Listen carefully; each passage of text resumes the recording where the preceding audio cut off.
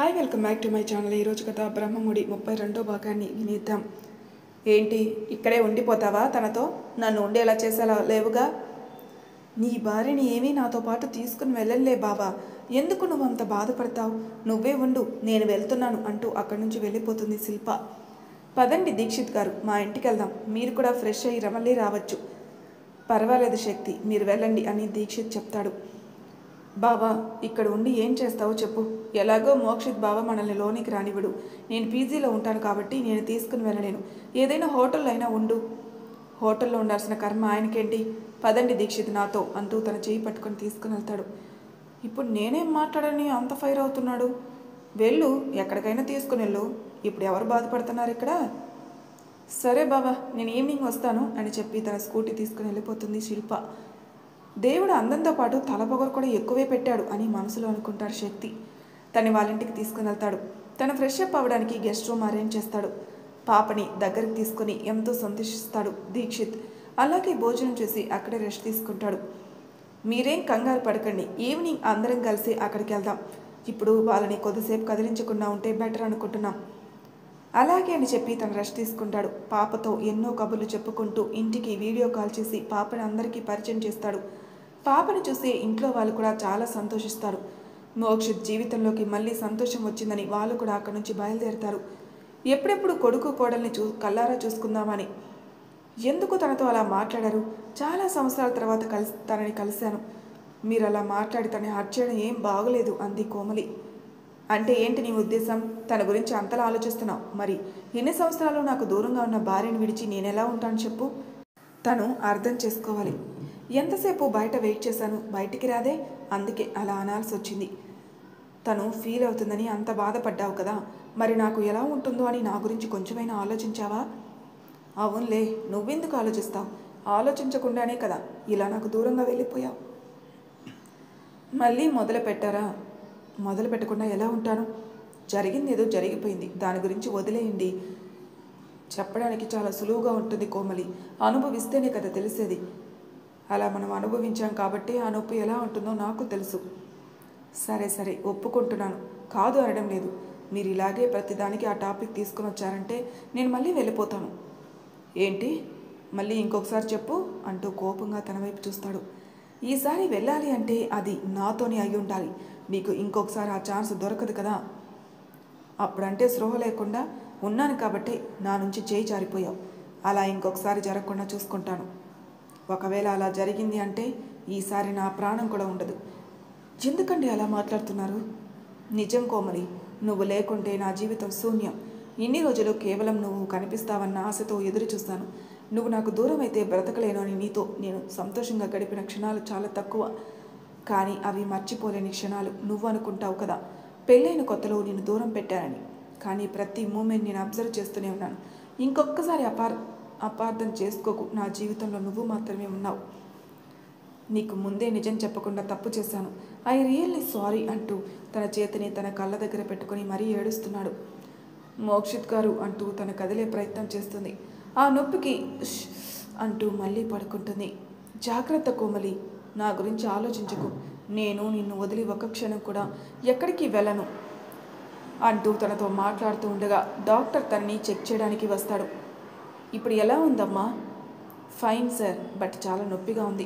1 week అలాగే ఉంటుంది. ఈ 1 వీక్లో చాలా కేర్ఫుల్గా ఉండాలి. టైం టు టైం మెడిసిన్స్ వేసుకోవాలి. అప్పుడు మాత్రమే నువ్వు రికవర్ అవ్వగలుగుతున్నావు అని ఆయన చెప్తూ ఉంటే నవ్వుతూ చూస్తుంది. నాకు తెలుసులే, నీ హస్బెండ్ ఉన్నంత వరకు నేను జాగ్రత్తగా చూసుకుంటారు. నన్ను ఎంత టార్చర్ చేశాడో తెలుసా? నువ్వు స్రోలోకి వచ్చిన తర్వాత మాకు కూడా కాస్త రిలీఫ్గా ఉంది అని నవ్వుతూ చెప్తాడు డాక్టర్. మోక్షిత్, ఇప్పటికీ తనను రెస్ట్ తీసుకొని ఇవ్వవా?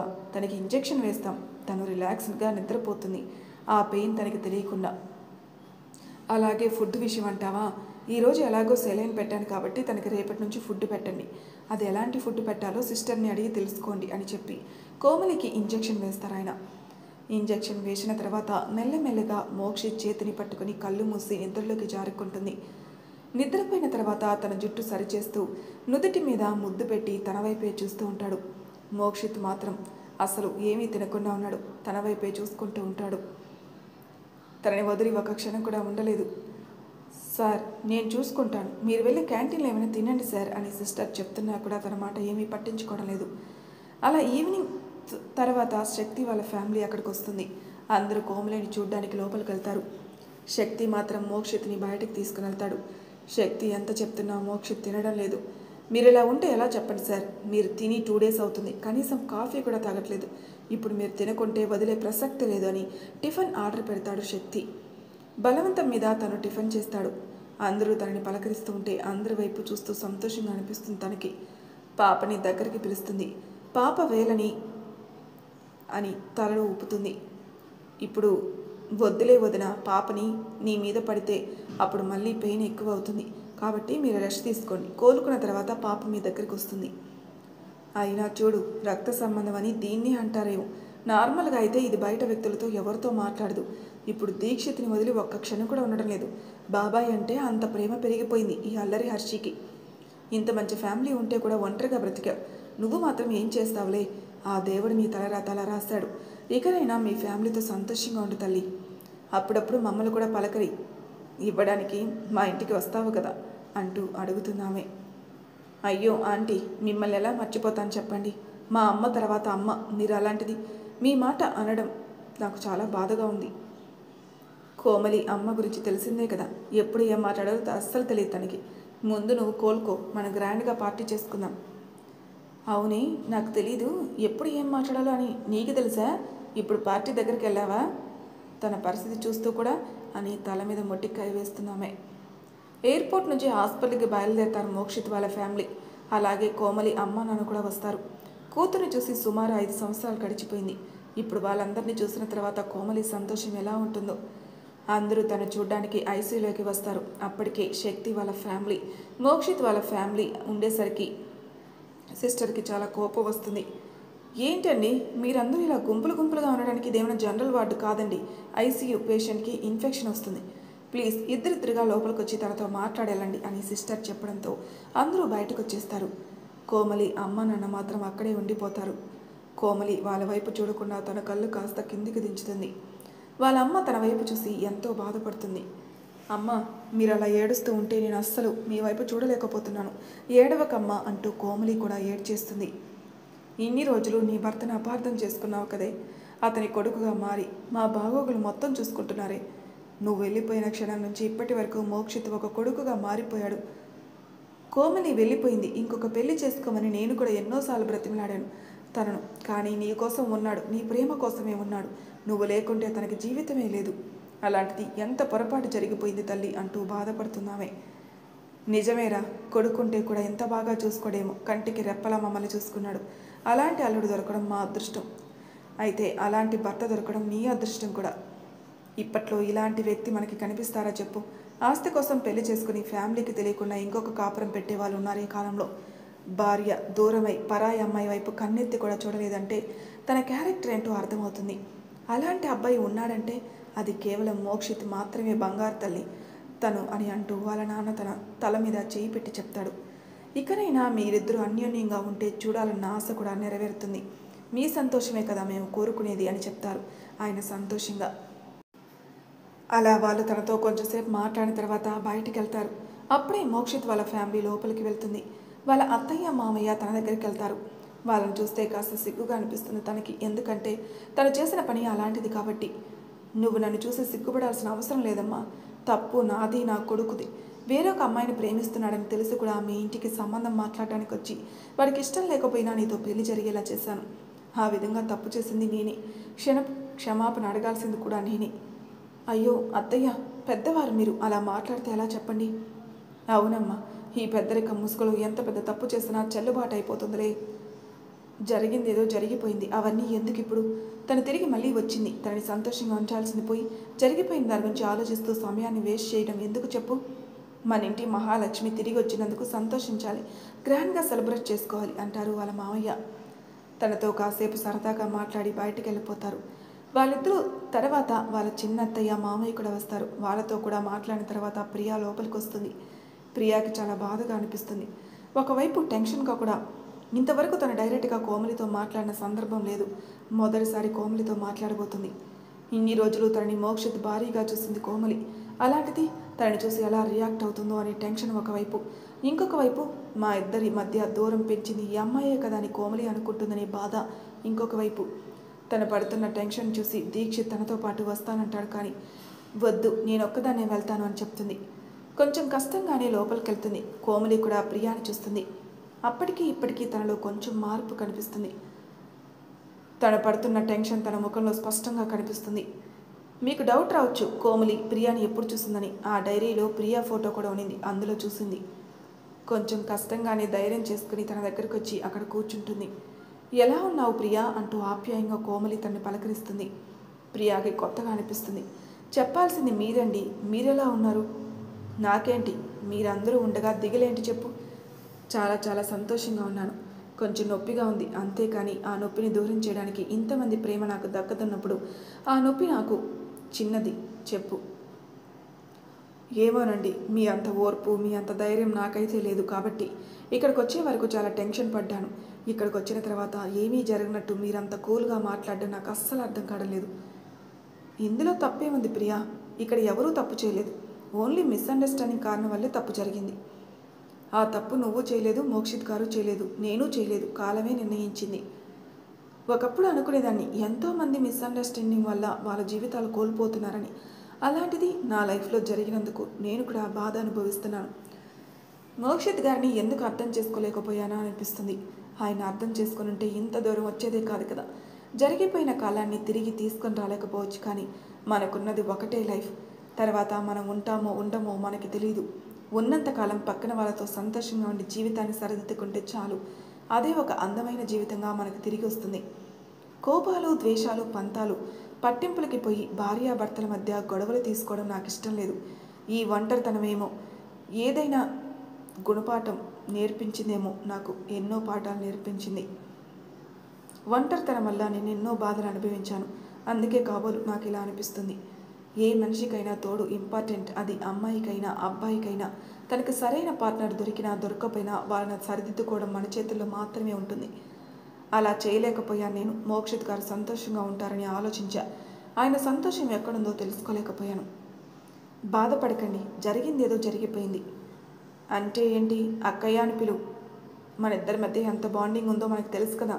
నవ్వుతూ అలాగే అక్క అని చెప్తుంది ప్రియా. ఒకటి మాత్రం నిజం, మీ పొజిషన్లో ఎవరున్నా నా ముఖం చూడ్డానికి కూడా ఒప్పుకోరు. అలాంటిది మీరు నాతో ఇలా మాట్లాడడం చాలా కొత్తగా అనిపిస్తుంది. సమాజం నన్ను చిన్న చూపు చూస్తుంది అనుకున్నాను. అత్తయ్య, మామయ్య వాళ్ళు కూడా అన్నయ్యని ప్రేమించి తమ్ముడిని పెళ్లి చేసుకుందని సూటిపోటి మాటలు అంటారనుకున్నాను, కానీ తల్లిదండ్రులు లేని నాకు ఆ బాధ లేకుండా చేశారు వాళ్ళు.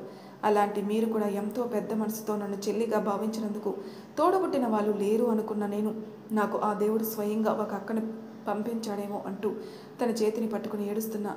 ప్రియా, ప్రియా ఎందుకు అలా ఏడుస్తున్నావు చెప్పు. ఇదే మీకు కన్నీళ్ళలాగా కనిపిస్తుందా? కానీ సంతోషంతో వచ్చే ఆనంద బాష్పాలని అనుకోండి. మీరు దొరికినందుకు మోక్షిత్ బావ అదృష్టవంతుడు. కాదు, నేను కూడా. ఒకప్పుడేమో, కానీ ఇప్పుడు ఆయనతో మాట్లాడాలంటే చాలా భయం అందరికీ. ఓన్లీ బిట్టుతో మాత్రమే ఆడుకుంటారు, వాడితో మాత్రమే సరదాగా మాట్లాడతారు. ఇక మిగిలిన వాళ్ళతో ఎవరితో మాట్లాడరు. ఇన్ని రోజులు నా వల్ల ఆయన లైఫ్ స్పాయిల్ అయిందనుకున్నాను. మీరు తిరిగి వచ్చినందుకు చాలా చాలా సంతోషంగా ఉంది. అది మాటలో చెప్పలేకపోతున్నాను అక్క. ఇకనైనా మీరిద్దరూ సంతోషంగా ఉండాలని ఆ పరమేశ్వరిని కోరుకుంటున్నాను. నేను ఇప్పుడు బయటికి వెళ్ళకుంటే నన్ను తిట్టి బయటికి పంపించేలా ఉన్నారు. చూడండి, ఆ గ్లాస్ డోర్ వద్ద పదే పదే తొంగి చూస్తున్నారు బావగారు. నేను ఇంక వెళ్ళి వస్తానక్క అని అంటుంది. ఏం మాట్లాడకుండా తల ఊపుతుంది కోమలి కూడా. తను వెళ్ళిపోయిన తర్వాత లోపలికి వస్తాడు. ఇక అందరూ మోక్షిత్ ఇంటికి వెళ్తారు. అక్కడ ఎవరిని ఉండొద్దని చెప్పి మోక్షిత్ కోమలి దగ్గరికి వెళ్తాడు. బిట్టు అలాగే హర్షి తనతో బాగా కలిసిపోయి ఆడుకోవడం మొదలుపెట్టింది. శిల్ప రా ఇంటికి వెళ్దామని వాళ్ళ అత్తయ్య పిలుస్తున్నా కూడా పట్టించుకోకుండా వెళ్ళిపోతుంది శిల్ప. ఏమైంది దీనికి? తల నిండా పొగరు, ఎప్పుడు ఎలా ఉంటుందో అస్సలు అర్థం కాదు ఈ అమ్మాయికి అని అనుకుంటాడు శక్తి. తర్వాత రోజు ఆఫీస్కి వెళ్తాడు. శక్తి 2 days లీవ్ తీసుకున్నాడు. అలాగే శిల్ప కూడా 2 days ఎవరికి కనిపించలేదు. శిల్ప ఆఫీస్కి వస్తే వెంటనే తన క్యాబిన్కి రమ్మని మేనేజర్తో చెప్తాడు. నీరసంగా కష్టంగా ఆఫీస్కి వస్తుంది. తనని చూస్తేనే అర్థమవుతుంది తిండి తిప్పలు కూడా మానేసిందని. మేనేజర్ తనని చూసిన వెంటనే ఆ మాట చెప్తాడు. బయట మాత్రం చాలా కూల్గా మాట్లాడినట్టు కనిపిస్తాడు. ఆఫీస్కి రావడం ఆయన క్యాబిన్లో నాకేం పని ఉంటుంది, దానికి తోడు వీడి టార్చర్ ఒకటి భరించలేకపోతున్నాను అనుకుంటూ లోపలికి వెళ్తుంది శిల్ప. ఎక్స్క్యూజ్ మీ సార్, ఎందుకు పిలిచారు? ఏం లేదు మేడం, మిమ్మల్ని చూడాలని పిలిచాను. వెతుకోవడానికి ఏం తక్కువ లేదు అంటూ కొరకొర అతని చూపు అతని వైపే చూస్తుంది. 2 days ఎక్కడికి వెళ్ళావు? కనీసం పర్మిషన్ కూడా తీసుకోలేదు. లీవ్ కావాలని మేనేజర్తో కూడా చెప్పలేదంట. ఫోన్ చేస్తే కూడా అటెండ్ చేయలేదంట. Anything problem? నీ పర్సనల్ విషయానికి నీ ఇష్టం వచ్చినట్టు తిరగడానికి వెళ్ళే ముందు ఆఫీస్లో కొన్ని రూల్స్ అండ్ రెగ్యులేషన్స్ ఉంటాయని నీకు తెలీదా? లేకపోతే నేనేంట్లే నాకు ఇష్టం వచ్చినప్పుడు వస్తాను, కష్టమైపోతే వెళ్ళిపోతాను అనుకుంటున్నావా? అలాంటప్పుడు మరి ఎందుకమ్మా మీరు జాబ్ చేయడానికి వస్తారు? మనసులో బండబూతులు తిట్టుకుంటుంది శిల్ప. నేను ఎక్కడున్నానో తెలుసు, నేను ఏ సిచ్యువేషన్లో ఉన్నానో తెలుసు. తెలిసి కూడా ఏమీ తెలియని అమాయకుల్లో వీడు అడిగే ప్రశ్నలు, వీటికి మళ్ళీ నేను సమాధానం చెప్పాలట. ఆ దేవుడు ఒక్క అవకాశం ఇస్తే చాలు, ఆ పేక పట్టుకొని ప్రాణం తీయాలనిపిస్తుంది. ఏంటి, నోట్లో ఏమైనా కలకన్న పెట్టుకున్నావా? లేకపోతే నీకు మాటలు రావా? సరే టెల్ మీ. సార్, నేను ఒక ప్రాబ్లంలో ఉన్నాను, అందువల్ల అక్కడ ఫోన్ చేసి ఇన్ఫామ్ చేయలేకపోయాను. అసలు నేనుండే సిచ్యువేషన్లో ఫోన్ కూడా అటెంప్ట్ చేయలేకపోయాను. Sorry sir. ఈ 2 రోజులు చేయని వర్క్ ఏమైనా ఉంటే ఇచ్చేయండి, పూర్తి చేసే వెళ్తాను. అంతేకాని నేను ఇప్పుడు మీతో గొడవ పెట్టుకునే ఓపిక కూడా నాకు లేదు. అర్థం చేసుకుంటారని అనుకుంటున్నాను అని శిల్ప శక్తితో చెప్తుంది. అంటే ఏంటి నీ ఉద్దేశం? నేను పని పాట లేకుండా ఉన్నానని నీతో గొడవ పెట్టడానికి నిన్ను ఇక్కడికి పిలిచాననుకుంటున్నావా? చాలా ఎక్కువ మాట్లాడుతున్నావు. నీకు ఇవ్వాల్సిన పనిష్మెంట్ తప్పకుండా ఇస్తాను, పద నాతో అంటూ తనతో పాటు బయటికి తీసుకెళ్తాడు. అతను ఏం చేస్తున్నాడో అర్థం కాక తన వెనకే వెళ్తుంది మౌనంగా శిల్ప. మరి తర్వాయి భాగంలో ఏం జరుగుతున్న నెక్స్ట్ ఎపిసోడ్లో తెలుసుకుందాం. అంతవరకు నా ఛానల్ సబ్స్క్రైబ్ చేయని వాళ్ళు ప్లీజ్ సబ్స్క్రైబ్ చేసుకోండి, లైక్ చేసి షేర్ చేయండి, మీ అభిప్రాయాలను కామెంట్ రూపంలో తెలియజేయండి. Thank you for listening.